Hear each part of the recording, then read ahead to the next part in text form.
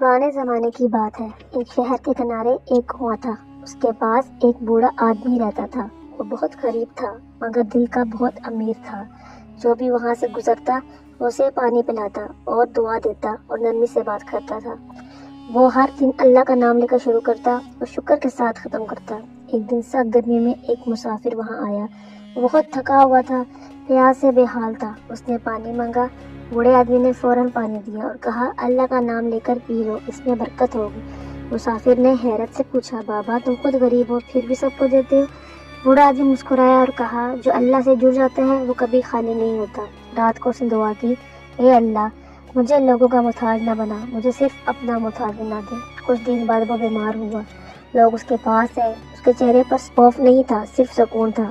جاتے جاتے وہ بس اتنا بولا، میں جا رہا ہوں مگر میرا رب میرے ساتھ ہے، اور پھر وہ خاموشی سے دنیا سے رخصت ہو گیا۔